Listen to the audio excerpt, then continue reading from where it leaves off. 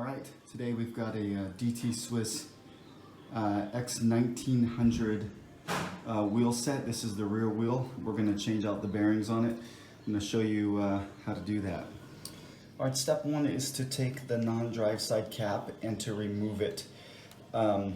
Sometimes these are hard to get off and sometimes they'll pull right off like that, and then you can see you have the bearing underneath there. If you're having a hard time getting this off, you can use a wrench that's been wrapped in rubber, or even a vise that's got kind of rubber around the teeth, and then set the wheel down in there and pull up on it, and it should pop out pretty quick. Okay, for the next step, what we're going to do is flip the wheel over so the drive side is facing up. And it's going to seem oversimplified, but what we want to do is try to remove the freehub body. And so what we're going to do is just grab it and yank on it and pull up, and then that freehub body should actually release from here. Take that and set it aside and move on to step three. All right, for step three, we're going to try to get that axle out, bang that axle out. So what I'm going to do is put a small cup underneath the wheel here, just like this, and then use a rubber mallet to give a quick hit here and see if I can move that bearing out from the other side.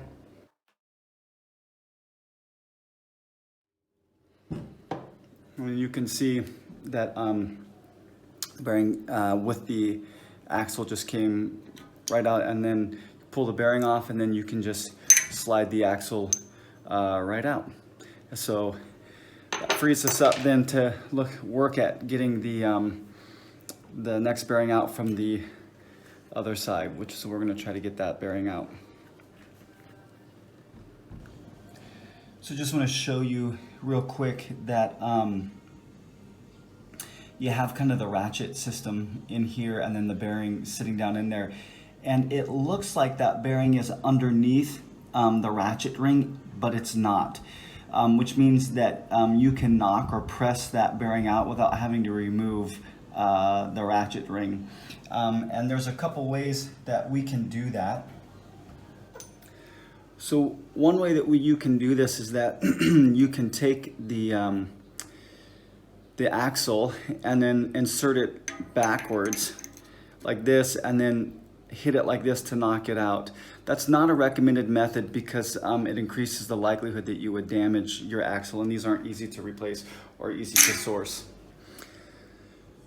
Another option is for you to use a setup like this, which is a socket with an extension on it. This is a 17mm socket, but the sizing will depend on the socket set that you have, an 18mm or 17mm. It slides right down in there. This will allow you to tap the bearing out from the back side without causing any harm or damage to the hub or hub parts. So that's another way to do it. A third way to do it, which is probably the preferred way, is if you have a bearing press, is to set up a series of these pieces here that allows you to extend down into the hub and then press the bearing out from the opposite side. So you would insert it down in there like that. And it can be a little bit tricky with trial and error trying to find one of these notches that will slide down in the hub without catching on the sides of it. So I can slide that down in there and then press the bearing out from the back side like this.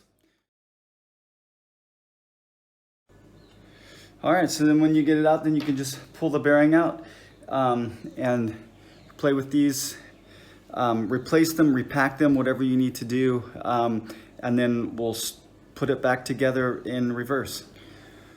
For installation, you have a couple of options. One option is to use a 20mm socket that is basically the same size here as the outer dimension of the bearing, and so the socket sets not on the rubber gasket but on the bearing here, and then you would use the socket here to tap the bearing back in. That method will work, though it's not preferred. The chances of screwing stuff up is pretty high. On some of the other hubs I've done, it hasn't been a problem, but because your knocking this bearing past the ratchet system here. You don't want to damage that ratchet system.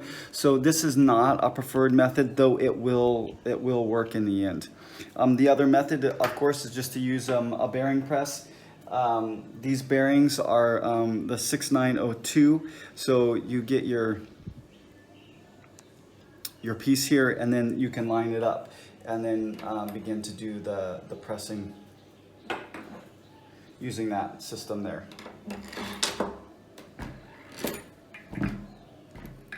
So that's what we'll do for this side.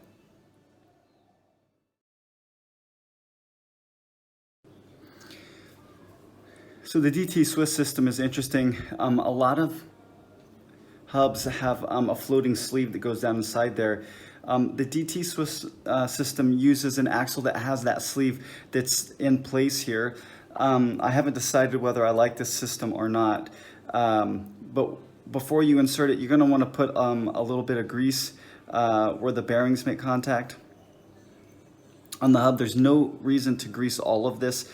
That will just make your hub gunky at the end, and kind of trap dust and stuff in there. So just a little bit of grease down the shaft here. Okay, and then we're gonna insert it so that the drive side goes in the side of the hub that doesn't have a bearing in it yet. I'm gonna push it all the way through, okay? And then now we need to install our bearing on this side. Now, the thing is that this gets a little bit tricky because you can't use the bearing press like you normally would, because the way that these casts work, is it'll push against the axle, and we can't do that. So what we're gonna have to do is use a modified system, and I'm gonna go back to this 20mm socket and use that to push the bearing in, but I'm still gonna use my bearing press to do it.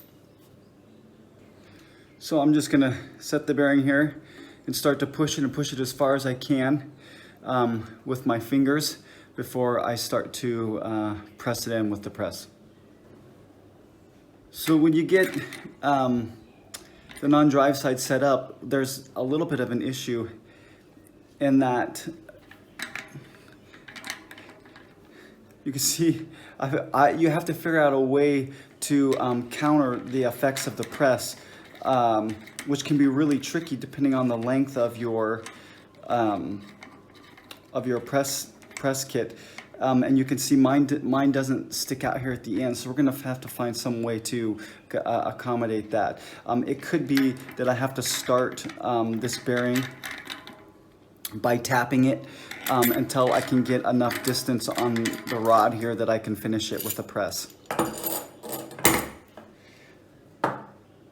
In order to do that, you'll need some way to support the hub without moving the axle. And so I use a cup like this. This is actually an old press fit bearing cup. It works great for stuff like this. It's got a supported edge, and then I can set it like this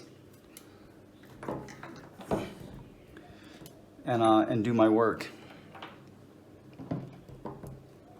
just like that. And then I'll get that 20mm socket, and this is just to get this started.